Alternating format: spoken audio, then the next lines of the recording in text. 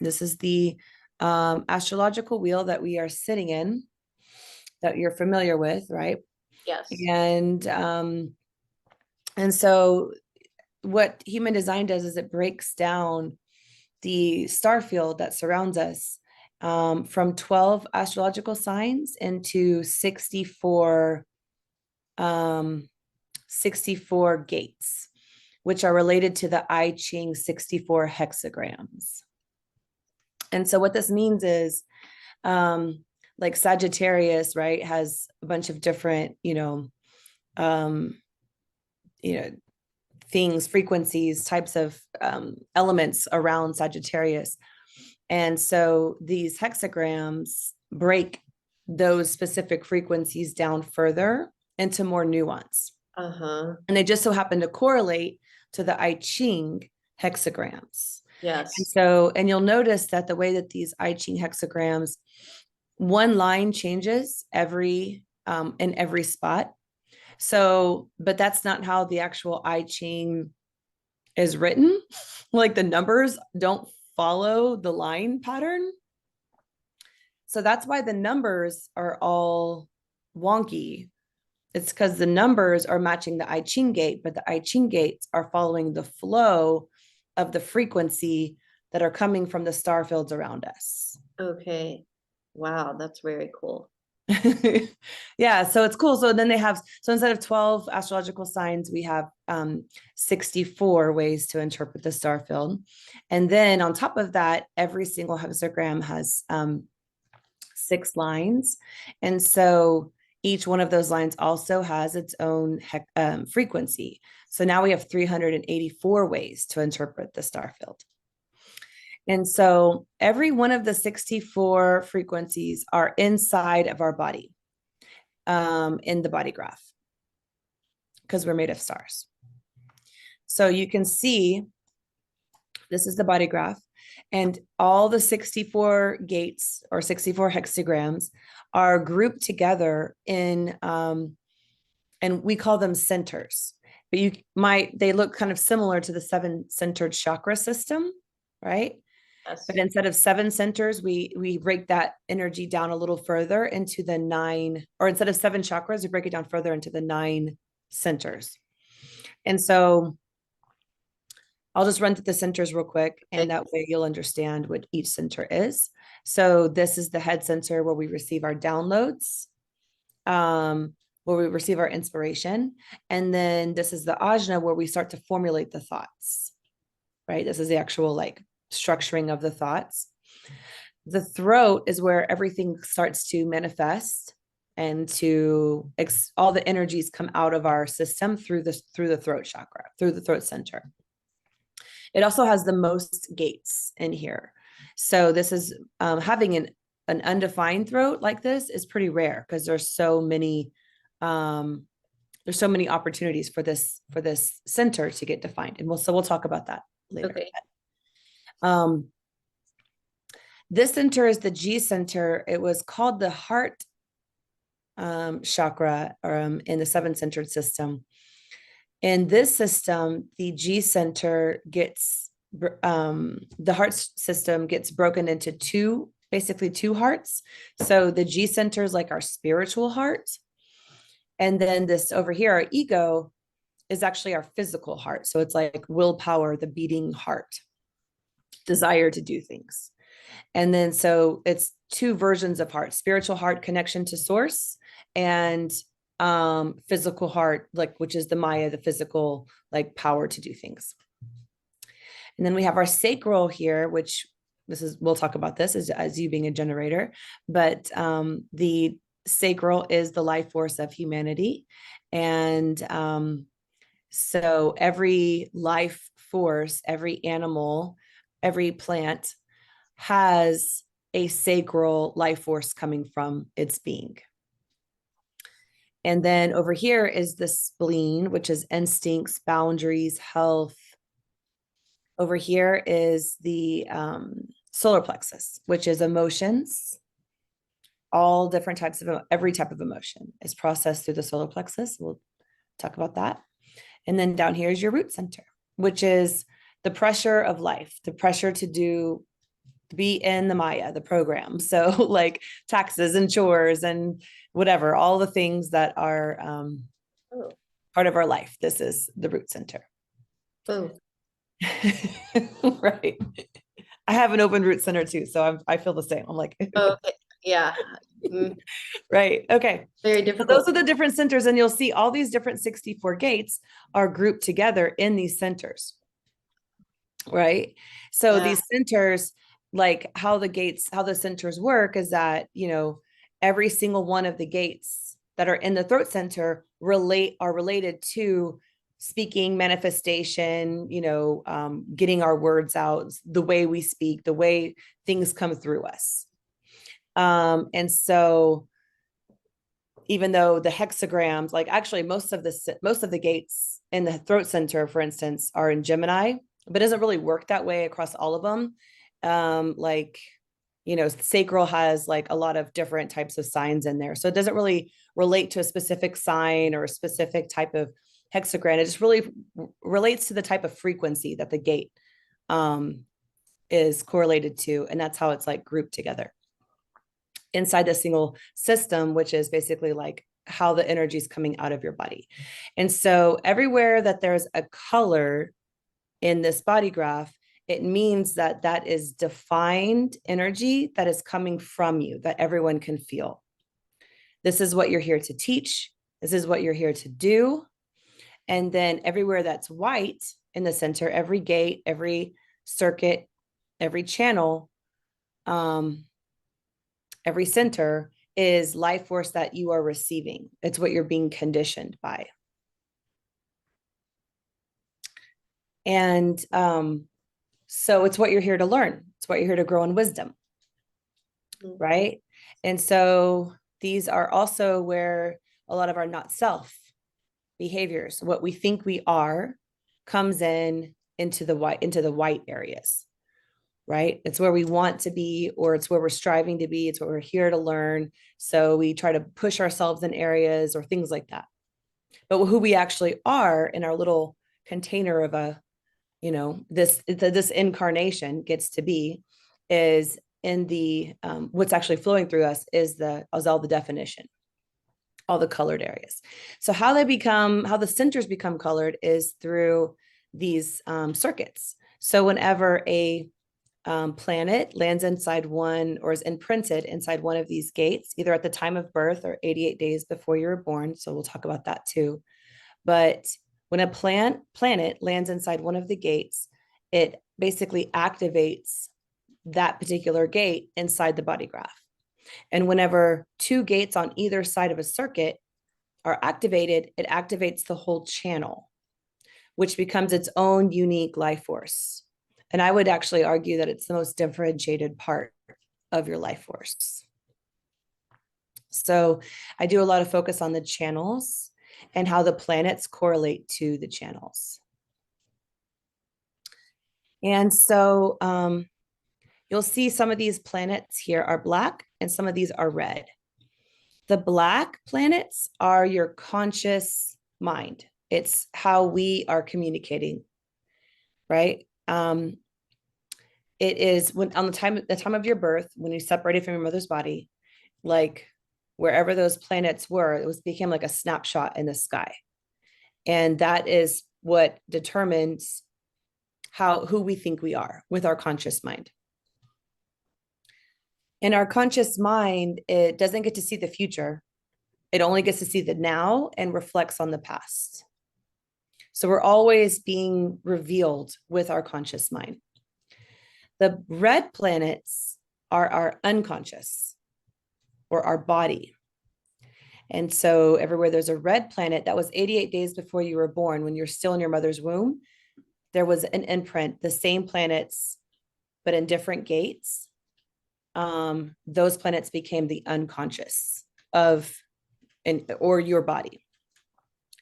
And so how this works is your higher self, the higher self that is you, that has been you for all of your lives and will be you for all of your lives, right? So it's like your whole story, not just this incarnation, is your higher self.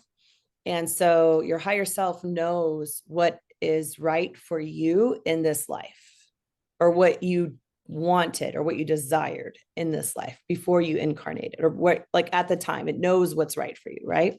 Your higher self. Yes. And your higher self is communicating through your body, through our unconscious, which is experienced through our body.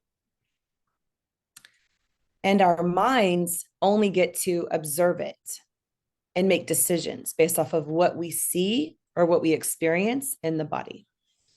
Mm-hmm. And so that's why there's two different imprints with human design. It's the conscious mind, which is the now and the past, like formulating all of the thoughts and observing what's around us and what's happening to our bodies, that makes the decisions. And then we can like decide what's happening, right? And communicate and interact with each other.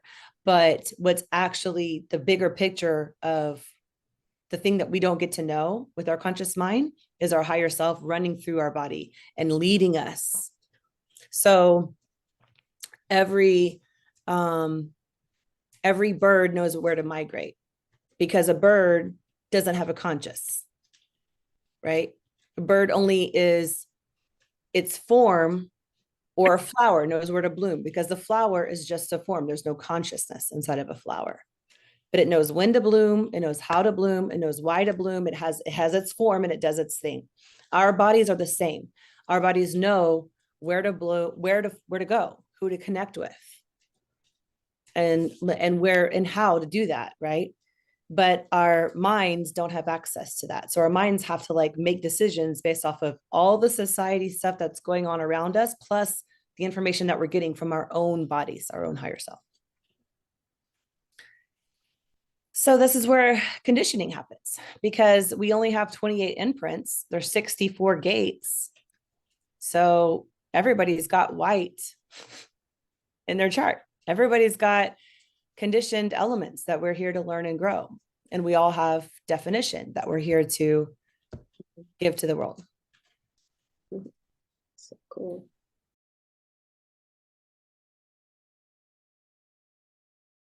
But what I like to start with, Mm-hmm. before we get into all the nitty gritty Oh, details, yeah. is I like to start with the basics, which is your aura type Okay. and strategy and authority. Okay, so your aura type is a generator. And so what does that mean? So there are 5 aura types. Well, there's 4 aura types, but generators and manifesting generators are essentially a subtype of each other. But they serve different functions. So but the generator is the generator and the manifesting generator are the combined energies of those. If you have a defined sacral here, then you're automatically a generator or a manifesting generator. And so 70% of the planet approximately is a generator. And so again, this is like just energy that's like your battery. It's coming from you. This is like the sacral, whenever it's defined, the center, it's a motor. And the motor is first off, there's 4 motors, and each one of these are different motors. But this particular motor is the motor that creates life force energy. And so when it's defined, it has life force energy that is coming from you. That is a battery. And it creates an aura that is called enveloping. So it's like what you would see if when you see like an aura, a picture of an aura. This is what a generator aura typically is a enveloping aura that most people, like when you walk into a room, they will feel you. They may not feel you with an impact like a manifestor, but they will feel a presence of energy that has walked into their peripheral. And they can sense what type of energy you have because it's enveloping. So your aura is like a magnet. And this aura is like magnetizing to you all the people, places, and things and situations that are correct to you. So again, your aura with your body, your higher self is communicating through it. And So your aura is like magnetizing, and the higher self is like pulling in what is right for you, or actually you are being pulled towards what is right for you, or you're being pushed away, you're being Mm. repelled away. So Yeah. there, because especially because your sacral is connected to your spleen. So you have this 3457 channel. So this is they're called the channel of power.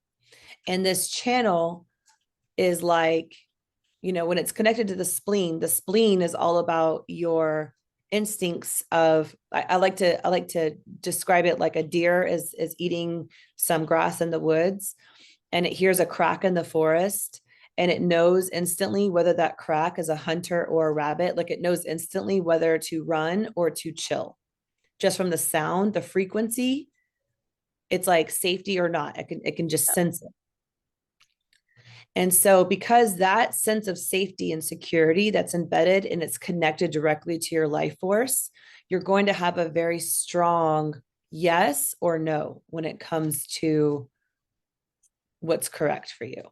So, again, your conscious mind is separate from this energy, though, right? Yes.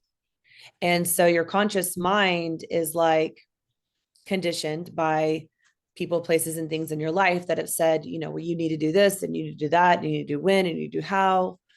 And, but your body might be like, no, that's not safe for me. You shouldn't do that. I don't want you to do that, or something, right? It's giving you a strong no.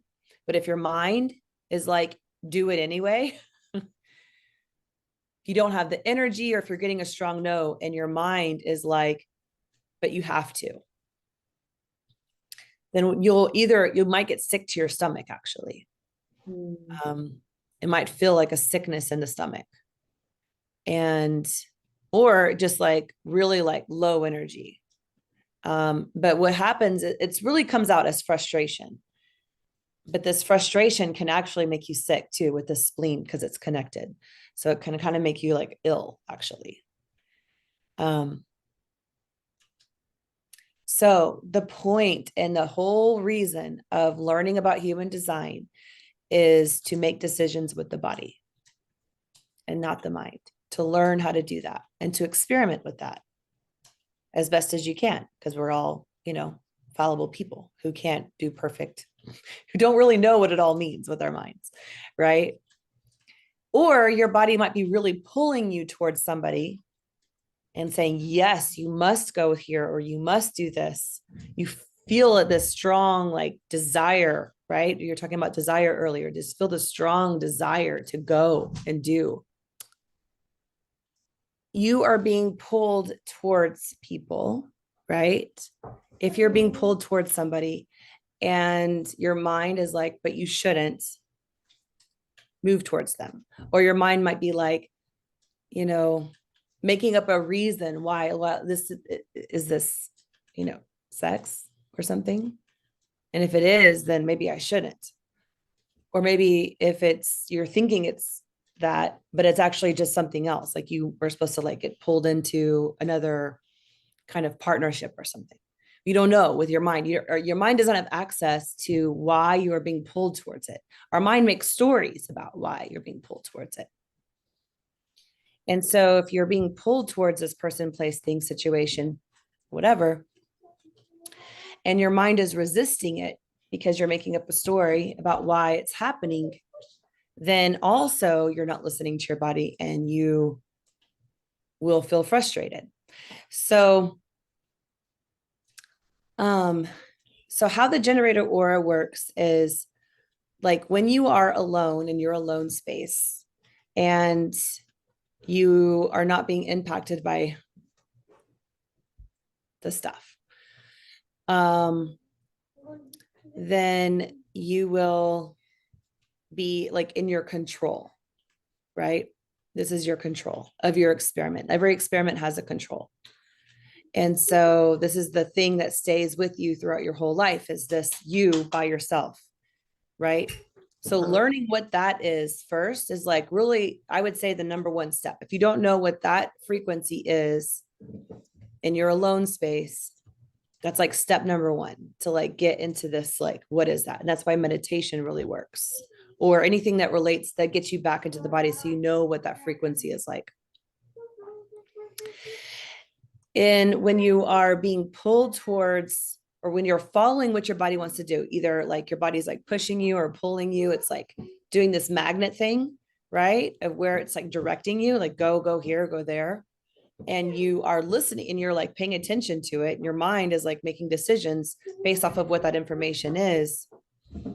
Then you're going to be getting a frequency called satisfaction.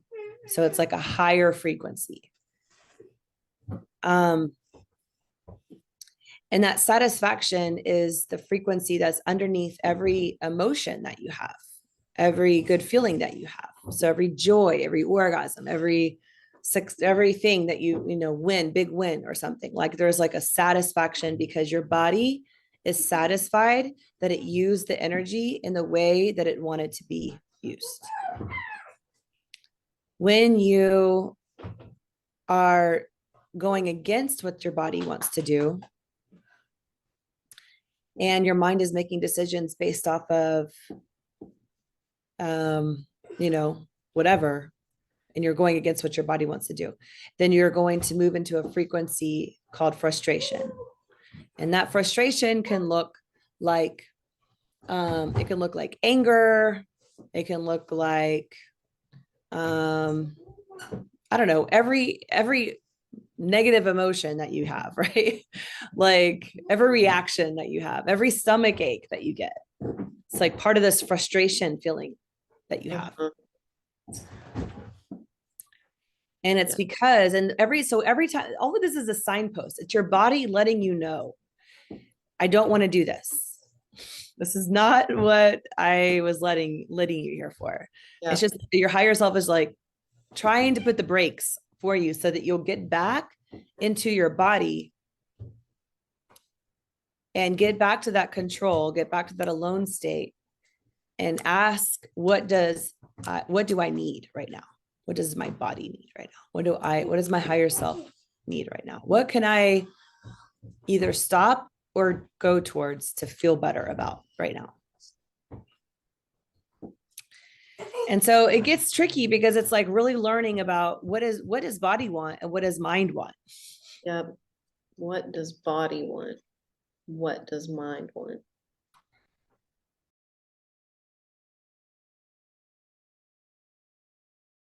But your authority is pretty much the same thing as your generator aura, because you don't have the solar plexus defined. So every generator only has two authority types. You're either authority. First off, authority is your inner guidance system. It's your GPS, right? So like, first off, you have this, your body is like directing you, right, on where to go and what to do.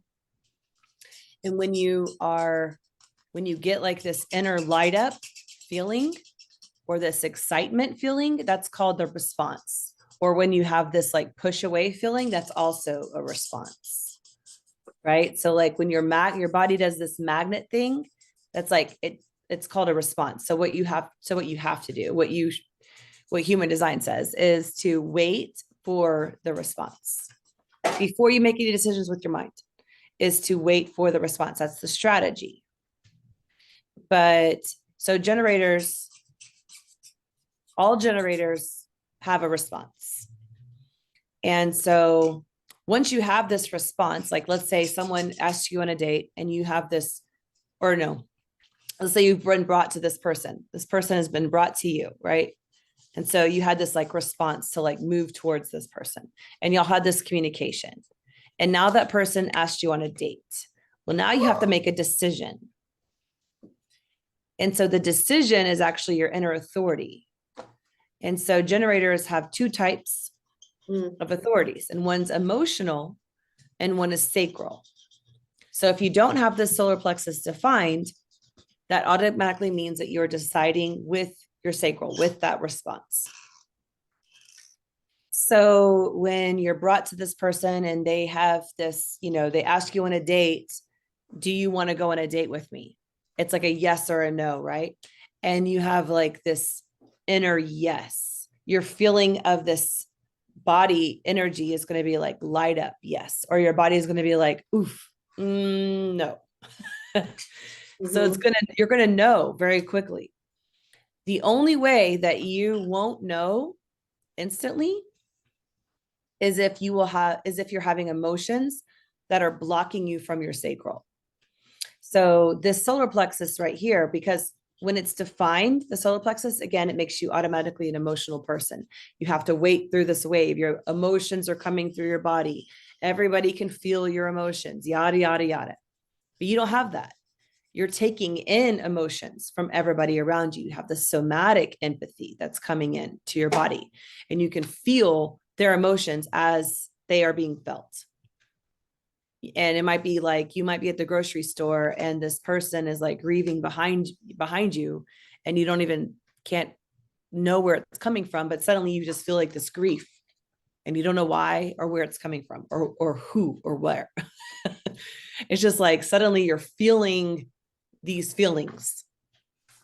Or someone a good friend of yours is crying and you can feel their tears. Or you might watch a movie and the movie is like very emotional and like you feel what's happening in the movie, right? It's not necessarily like I have a defined solar plexus, so my emotions, I can relate to other people that are having emotions. So it's like it's empathy in a way that like I understand what you're going through and I will cry with you because I've been there before, but I'm not feeling your emotions as they're being felt. I just understand them, you know, or not. But you actually feel people's emotions, and your mind doesn't know where they're coming from. Only your body is taking it in, right? And Yes. so this is a motor. This motor, because it's not turned on, it's like kind of like a vortex.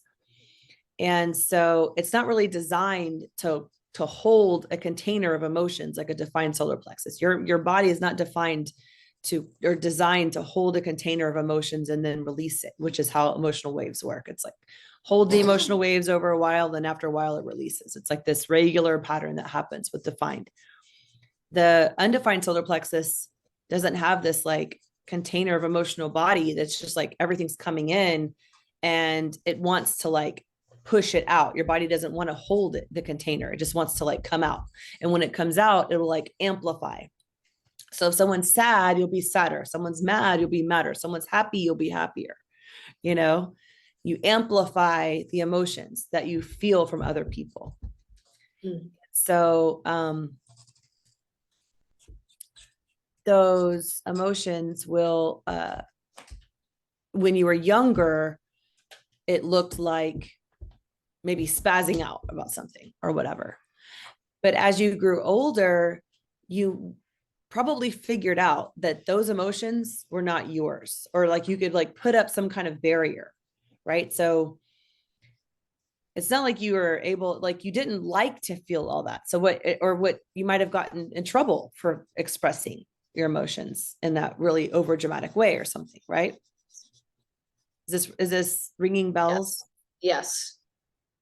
So And what you might have now done, when I definitely when I feel overwhelmed by an emotion, now usually, especially if it's unexpected, I think I do pause and check in with, is this mine? Is this not mine? yeah. And your body is, I mean, it's always yours, right? Yeah, and Every yes, emotion that you yes. have is yours. But Mm-hmm. what you're doing is your body is matching the frequency of the other person. So it feels like it actually is coming from them because your body's matching it and there's no way to control it. But what you might have done when you're like, as you matured, is started to realize that you could probably put up some kind of boundary there to resist the other person's emotions. And that boundary might have looked like resentments or just general like blocking off. Like, and so Yeah. Okay. yeah, so the undefined solar plexus, it's the not self of it is called not wanting to confront the truth. because Okay. it's like not wanting to connect to those emotions. You don't want to connect to those emotions because they Yep. don't feel good. So it started to look, so your mind started to make a story around what that meant. Well, that person made me feel this way. So that's why I'm not going to connect to them, because I'm gonna block myself from them emotionally because I don't want to feel this way around them. Mhm. And so it can look, this is where the blame, shame, guilt narratives start to develop, is through Okay. these resentments. And so, but the wisdom, and so we have to, as an undefined solar plexus, you kind of have to build that. Like you have to build these barriers, right? To like figure out what is my emotion and what's the other person's emotions. Like you kind of, it needs to be done. It's like you know, it's just going to have to happen. Like you said, one of the things to learn. It's one of the things to learn. And as you learn it, but it's not where you're supposed to stay, right? Because we're all supposed to feel emotions, whether they're coming from us or it's coming from us or it's being received. We're all designed to feel emotions, and we're all designed to feel them and release them, right? And it's just a matter of the timing. So the resentment part and the boundary part is a crucial part to understand, like, this is not me, this is me, right? But whenever you grow, the final version of this wisdom of the undefined solar plexus is like having the resentment there, but like your body, if your sacral response is like pulling you towards them and they might be crying or something like that, but your body's pulling you towards them anyway, then it's like you're able to like open up a little hole in your wall where you can consciously allow their emotions to come through you. And what it happens is like a vortex. So like you will observe it happening, their emotions coming through you. And as if you just like touch, give them a hug or like a simple touch, or just being around them while they're like processing this emotions, and you have your sacral response has brought you there in this safe space and you feel comfortable, and you're just basically holding, you are the container, you are holding space for them while they release and process their emotions. And what's happening is you're taking it in and you're giving it back to them clean. When you can be a clear, solid container of emotion, of the solar plexus of emotional body that allows those emotions to come through, it actually can send it back to them clean. You get healed because your resentments start to be healed, right? Yeah. And they get healed because they're able to process their emotions. Mm. It's very healing. The sacral generator can be a very healing aura type. I really relate to that too. Mm-hmm. But the thing is with the sacral authority, like I said, the sacral authority is tapping into your body. So, and it might be leading you to the right person, but if you haven't been brought into that emotional container in the right way that feels good to you, then it actually, that emotional flood, that amplification can send you into frustration. And when that does, it'll actually take over, that amplification of you like pushing those emotions out of your body, like I don't want it, and you push it out. When that happens, you actually disconnect from your sacral authority for however long it takes, 15, 20 minutes to amplify, get it out of your system.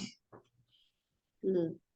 And so it's just something to notice. It's not something to judge or anything like that. It's just something to notice. Like, if you need to release the emotions, but just get back into your body. A lot of sacral generators will, scream into a pillow or whatever, like, go running, do something with the body to like express, Yes. get out of this energy.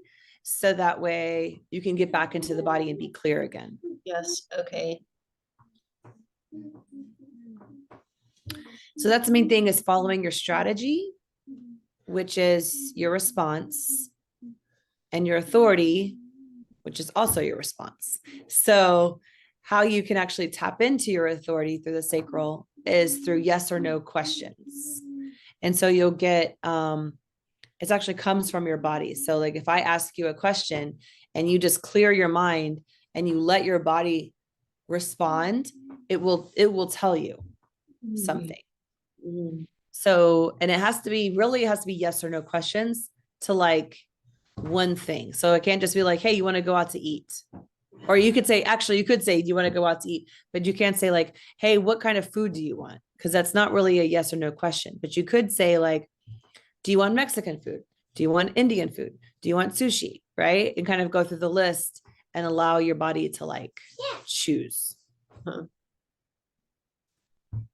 And that helps you to also narrow things down, because it's like, if I ask you like, well, do you want to be dating? And then if you're like, and you're like, okay, is it the right time to be dating? You know, it's like going through, and then it's like, what about this person? Do you like this person? Do you like that person? Is it the right time to date them this day or that day? You know, or this time or that time, or this place or that place. And you can start to really narrow down, like, by just listening to your sacral. Also, muscle testing really helps with sacral generators. And so there's different ways to do it, but like basically just learning your body responses and what it is telling you about yes and no will help. As long as you're in a clear space and you're not amplifying with a bunch of emotions around you, then it could really help you to make decisions quickly. All right. Kind of goes back to that need for meditation as well, I think, for emotional groundedness and the physical. Yeah.